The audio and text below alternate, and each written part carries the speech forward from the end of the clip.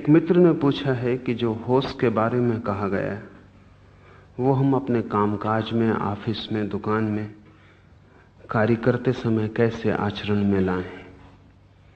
होश में रहने पर ध्यान जाए तो काम कैसे हो। काम में होते हुए होश का क्या स्थान और साधना हो सकती है। दो तीन बातें ख्याल में लेनी चाहिए। एक, होश कोई अलग प्रक्रिया नहीं है। आप भोजन कर रहे हैं तो होश कोई अलग प्रक्रिया नहीं है कि भोजन करने में बाधा डाले। जैसे मैं आपसे कहूं कि भोजन करें और दौड़ें, तो दोनों में से एक ही हो सकेगा, दौड़ना या भोजन करना। आपसे मैं कहूं कि दफ्तर जाएं तब सोएं, तो दोनों एक ही हो सकेगा, सोएं या दफ्तर जाएं। होश कोई प्रतियोगी प्रक्रिया नहीं है। भोजन कर सकते हैं होश रखते हुए या बेहोशी में। होश भोजन की करने में बाधा नहीं बनेगा। होश का अर्थ इतना ही है कि भोजन करते समय मन कहीं और ना जाए, भोजन करने में ही हो।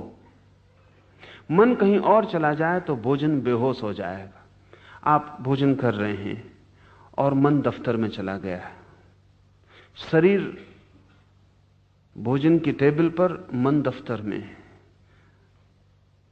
तो ना तो दफ्तर में हैं आप क्योंकि वहां आप हैं नहीं, और ना भोजन की टेबल पर हैं आप क्योंकि मन वहां नहीं रहा। तो वो जो भोजन कर रहे हैं वो बेहोश है, आपके बिना हो रहा है। इस बेहोशी को तोड़ने की प्रक्रिया है होश।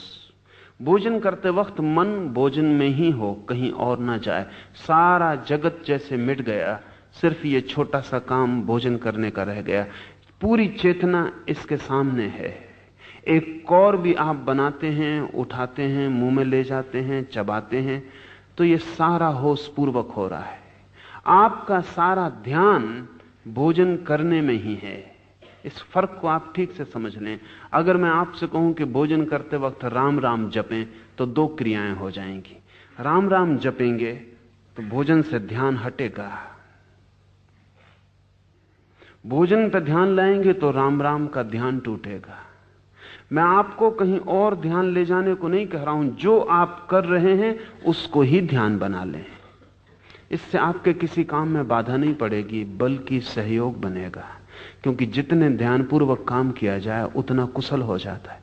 काम की कुशलता ध्यान पर निर्भर है। अगर आप अपने दफ्तर में ध्यानपूर्वक कर रहे हैं, जो भी कर रहे हैं, तो आपकी कुशलता बढ़ेगी, क्षमता बढ़ेगी, काम की मात्रा बढ़ेगी, और आप थकेंगे नहीं, और आपकी शक्ति बचेगी, और आप दफ्तर से भी ऐसे वापस लौटेंगे जैसे ताजे लौट रहे हैं। क्योंकि जब शरीर कुछ और करता है, मन कुछ और करता है, तो दोनों के बीच तनाव पैदा होता है। वही तनाव थकान है।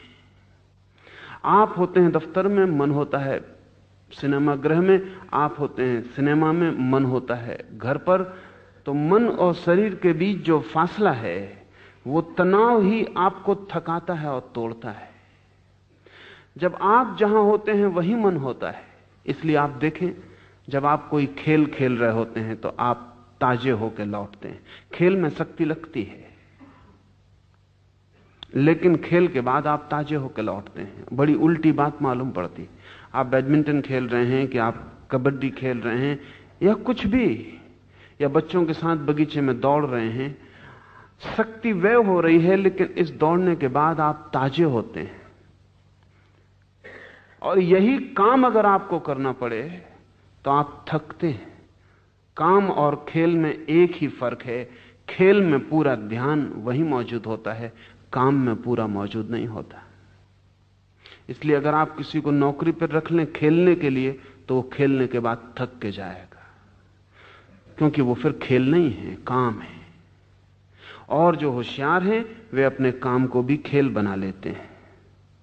खेल का मतलब यह है कि आप जो भी कर रहे हैं, इतने ध्यान, इतनी तल्लीनता, इतने आनंद से डूब के कर रहे हैं कि उस करने के बाहर कोई संसार नहीं बचा है। आप इस करने के बाहर ज्यादा ताजे, सशक्त लौटेंगे और कुशलता बढ़ जाएगी। जो भी हम ध्यान से करते हैं उसकी कुशलता बढ़ जाती है। लेकिन अनेक लोग ध्यान का मतलब समझते हैं जोर जबरदस्ती से की गई एकाग्रता, तो आप थक जाएंगे।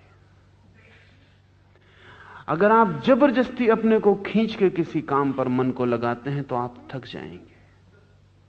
तब तो यह ध्यान भी एक काम हो गया। जो भी जबरदस्ती किया जाता है वो काम हो जाता है। ध्यान को भी आनंद समझें, इसको भी बेचैनी मत बनाएं। यह आपके सिर पे एक बोझ ना हो जाए कि मुझे ध्यान पूर्वक ही काम करना है। इसको चेष्टा और प्रयत्न का बोझ ना दें, हल्के हल्के इसे विकसित होने दें, इसको सहारा दें। जब भी ख्याल आ जाए तो होश पूर्वक करें, भूल जाए तो चिंता ना लें। जब ख्याल आ जाए फिर होश पूर्वक करने लगें। अगर आपने तय किया कि अब मैं काम अपना होश पूर्वक करूंगा तो आप कर पाएंगे आज ही, ऐसा नहीं है, वर्षों लग जाएंगे। क्षण भर भी होश रखना मुश्किल है। तय करेंगे कि होश पूर्वक चलूंगा, 2 कदम नहीं उठा पाएंगे और होश कहीं और चला जाएगा, कदम कहीं और चलने लगेंगे। उससे चिंतित ना हो, पश्चाताप ना करें। लाखों लाखों जीवन की आदत है बेहोशी की, इसलिए दुखी होने का कोई कारण नहीं है। हमने ही साधा है बेहोशी को, इसलिए किससे शिकायत करने जाएं। और परेशान होने से कुछ हल नहीं होता। जैसे ही ख्याल आ जाए कि पैर बेहोशी में चलने लगे, मेरा ध्यान कहीं और चला गया था, आनंद पूर्वक फिर ध्यान को ले आएं। इसको पश्चाताप ना बनाएं, इससे मन में दुखी ना हो, इससे पीड़ित ना हो, इससे ऐसा ना समझें कि ये अपने से ना होगा, ये भी ना समझें कि मैं तो बहुत दीनहीन हूं, कमजोर हूं, मुझसे होने वाला नहीं है। होता होगा महावीर से, अपने बस की बात नहीं है। बिल्कुल ना सोचें, महावीर भी शुरू करते हैं तो ऐसा ही होगा, कोई भी शुरू करता है तो ऐसा ही होता है। महावीर इस यात्रा का अंत है, प्रारंभ पर वे भी आप जैसे हैं। अंत आपको दिखाई पड़ा है, महावीर के प्रारंभ का आपको कोई पता नहीं है। प्रारंभ में सभी के पैर डगमगाते हैं। छोटा बच्चा चलना शुरू करता है, अगर वो आपको देख ले चलता हुआ और सोचे कि ये अपने से ना होगा। आप भी ऐसे ही चले थे, आपने भी ऐसे कदम उठाए थे और गिरे थे, और 2 कदम उठाने के बाद बच्चा फिर चारों हाथ पैर से चलने लगता है, सोच के कि ये अपने बस की बात नहीं। यह भूल ही जाता है कि 2 कदम से चलना था, फिर चारों से घिसटने लगता है। ठीक प्रमाद को तोड़ने में भी ऐसा ही होगा। 2 कदम आप होश में चलेंगे, फिर अचानक 4 हाथ पैर से बेहोशी में चलने लगेंगे। जैसे ही होश आ जाए फिर खड़े हो जाएं। चिंता मत लें इसकी कि बीच में होश क्यों खो गया। इस चिंता में समय और शक्ति खराब ना करें, तत्काल होश को फिर साधने लगे। अगर 24 घंटे में 24 क्षण भी होश सध जाए तो आप महावीर हो जाएंगे। काफी है, इतना भी बहुत है। इससे ज्यादा की आशा मत रखें, अपेक्षा भी मत करें। 24 घंटे में अगर 24 क्षणों को भी होश आ जाए तो बहुत है। धीरे धीरे क्षमता बढ़ती जाएगी। और वो जो बच्चा आज सोच रहा है कि अपने बस के बाहर है 2 पैर से चलना, एक दिन वो 2 पैर से चलेगा और कोई प्रयत्न नहीं करना पड़ेगा, कोई प्रयास नहीं रह जाएगा। तो ये ध्यान रख लें, ध्यान को काम नहीं बना लेना है। नहीं तो बहुत से धार्मिक लोग ध्यान को ऐसा काम बना लेते हैं कि उनके सिर पे पत्थर रखा है। उसकी वजह से उनका क्रोध बढ़ जाता है, क्योंकि जिससे भी बाधा पड़ जाती है उस पर वो क्रोधी हो जाते हैं। जो काम में उनका ध्यान नहीं टिकता वो उस काम को छोड़ के भागना चाहते हैं। जिनके कारण असुविधा होती है उनका त्याग करना चाहते हैं। ये सब क्रोध है। इस क्रोध से कोई हल नहीं होगा। साधक को चाहिए धैर्य, और तब दुकान भी जंगल जैसी सहयोगी हो जाती है। साधक को चाहिए अनंत प्रतीक्षा, और तब घर भी किसी भी आश्रम से महत्वपूर्ण हो जाता है। निर्भर करता है आपके भीतर के धैर्य, प्रतीक्षा और सतत सहज प्रयास पर। प्रयास तो करना ही होगा, लेकिन उस प्रयास को एक बोझिलता जो बनाएगा वो हार जाएगा। जीवन में जो भी महत्वपूर्ण है वो प्रतीक्षा से, सहजता से, बिना बोझ बनाए प्रयास से उपलब्ध होता है। सच तो यह है कि हम कोई भी चीज आज भी कर सकते हैं, लेकिन अधैर्य ही हमारा बाधा बन जाता है। उससे उदासी आती है, निराशा आती है, हताशा पकड़ती है, और आदमी सोचता है नहीं, ये अपने से ना हो सकेगा। ये जो बार बार हताशा पकड़ती है, ये अहंकार का लक्षण है। आप अपने से बहुत अपेक्षा कर लेते हैं पहले ही, फिर उतनी पूरी नहीं होती। वो अपेक्षा आपका अहंकार है। एक क्षण भी हो सधता है तो बहुत है। एक क्षण जो सधता है, कल 2 क्षण भी सध जाएगा। और ध्यान रहे, 1 क्षण से ज्यादा तो आदमी के हाथ में कभी होता नहीं। 2 क्षण तो किसी को इकट्ठे मिलते नहीं, इसलिए 2 क्षण की चिंता भी क्या। जब भी आपके हाथ में समय आता है, एक ही क्षण आता है। अगर आप 1 क्षण में होश साध सकते हैं तो समस्त जीवन में होश सध सकता है। इसका बीज आपके पास, एक ही क्षण तो मिलता है हमेशा, और 1 क्षण का होश साधने की क्षमता आप में है। आदमी 1 कदम चलता है एक बार में, कोई मीलों की छलांग नहीं लगाता, और 1-1 कदम चल के आदमी हजारों मील चल लेता है। जो आदमी अपने पैर को देखेगा और देखेगा 1 कदम चलता हूं, 1 फीट पूरा नहीं हो पाता, 1000 मील कहां पार होने वाले हैं, यहीं बैठ जाएगा। लेकिन जो आदमी ये देखता है कि अगर 1 कदम चल लेता हूं तो 1 कदम 1000 मील में कम हुआ, और अगर जरा सा भी कम होता है तो एक दिन सागर को भी चुकाया जा सकता है। फिर कुछ भी अड़चन नहीं है। इतना चल लेता हूं तो 1000 मील भी चल लूंगा, 10,000 मील भी चल लूंगा। लाओ त्से ने कहा है, पहले कदम को उठाने में जो समर्थ हो गया, अंतिम बहुत दूर नहीं है, कितना ही दूर हो। जिसने पहला उठा लिया वो अंतिम भी उठा लेगा। पहले में ही अड़चन है, अंतिम में अड़चन नहीं है। जो पहले पर ही थक के बैठ गया, निश्चित ही वो अंतिम नहीं उठा पाता है। पहला कदम आधी यात्रा है, चाहे यात्रा कितनी ही बड़ी क्यों ना हो। जिसने पहले कदम के रहस्य को समझ लिया, वो चलने की तरकीब समझ गया, विज्ञान समझ गया। 1-1 कदम उठाए जाना है, 1-1 पल को प्रमाद से मुक्त करते जाना है। जो भी करते हो होशपूर्वक करें। होश अलग काम नहीं है, उस काम को ही ध्यान बना लें। महावीर और बुद्ध इस मामले में अनूठे हैं। दुनिया में और जो साधन पद्धतियां हैं, वे सब ध्यान को अलग काम बनाती हैं। वे कहती हैं रास्ते पे चलो तो राम को स्मरण करते रहो। वे कहती हैं कि बैठे हो खाली तो माला जपते रहो।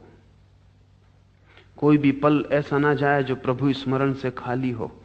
इसका मतलब हुआ कि जिंदगी का काम एक तरफ चलता रहेगा और भीतर एक नए काम की धारा शुरू करनी पड़ेगी। महावीर और बुद्ध इस मामले में बहुत भिन्न हैं। वो कहते हैं ये 2 भेद करने से तनाव पैदा हो, अड़चन होगी। मेरे पास एक सैनिक को लाया गया था। सैनिक था, सैनिक के ढंग का उसका अनुशासन था मन का। फिर उसने किसी से मंत्र ले लिया, तो जैसा वो अपने सेना में आज्ञा मानता था, वैसे ही उसने अपने गुरु की भी आज्ञा मानी और मंत्र को 24 घंटे रटने लगा। अभ्यास हो गया, 2-3 महीने में मंत्र अभ्यस्त हो गया। तब बड़ी अड़चनें शुरू हुई। उसकी नींद खो गई, क्योंकि वो मंत्र को जपता ही रहता। धीरे धीरे नींद मुश्किल हो गई, क्योंकि मंत्र चले तो नींद कैसे चले। फिर धीरे धीरे रास्ते पे चलते वक्त उसे भ्रम पैदा होने लगे। कार का हॉर्न बज रहा है, उसे सुनाई ना पड़े, क्योंकि वहां भीतर मंत्र चल रहा है। वो इतना एकाग्र होकर मंत्र सुनने लगा कि कार का हॉर्न कैसे सुनाई पड़े। उसकी मिलिट्री में उसका कैप्टन आज्ञा दे रहा है बाएं घूम जाओ, वो खड़ा ही रहे। उस भीतर तो वो कुछ और कर रहा है। उसे मेरे पास लाए। मैंने पूछा कि तुम क्या कर रहे हो, इसमें तुम पागल हो जाओगे। उसने कहा अब तो कोई उपाय नहीं है, अब तो मैं ना भी जपूं राम राम, भीतर का मंत्र ना भी जपूं तो भी चलता रहता है। मैं अगर उसे छोड़ भी दूं तो मेरा मामला नहीं है। अब उसने मुझे पकड़ लिया है, मैं खाली भी बैठ जाऊं तो कोई फर्क नहीं पड़ता, मंत्र चलता है। इस तरह की कोई भी साधना पद्धति जीवन में उपद्रव पैदा कर सकती है, क्योंकि जीवन की एक धारा है और एक नई धारा आप पैदा कर लेते हैं। जीवन ही काफी बोझिल है और एक नई धारा तनाव पैदा करेगी। और अगर इन दोनों धाराओं में विरोध है तो आप अड़चन में पड़ जाएंगे। महावीर और बुद्ध अलग धारा पैदा करने के पक्ष में नहीं है। वो कहते हैं जीवन की जो धारा है इसी धारा पर ध्यान को लगाओ, इसमें भेद मत पैदा करो, द्वैत पैदा मत करो।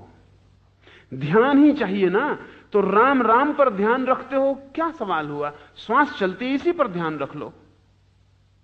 ध्यान ही बढ़ाना है तो एक मंत्र पर ध्यान बढ़ाते हो, पैर चल रहे हैं यह भी मंत्र है, इसी पर ध्यान को कर लो। भीतर कुछ गुनगुनाओगे उस पर ध्यान करना है, बाजार पूरा गुनगुना रहा है, चारों तरफ शोरगुल हो रहा है, इसी पर ध्यान कर लो। ध्यान को अलग क्रिया मत बनाओ, विपरीत क्रिया मत बनाओ।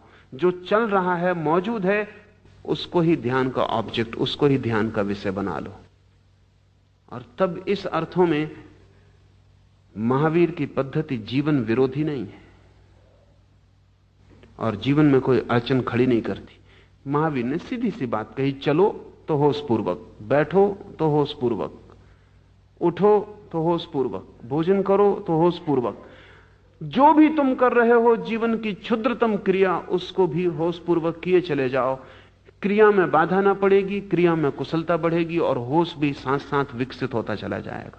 एक दिन तुम पाओगे सारा जीवन होश का एक दीप स्तंभ बन गया, तुम्हारे भीतर सब होशपूर्ण हो गया है।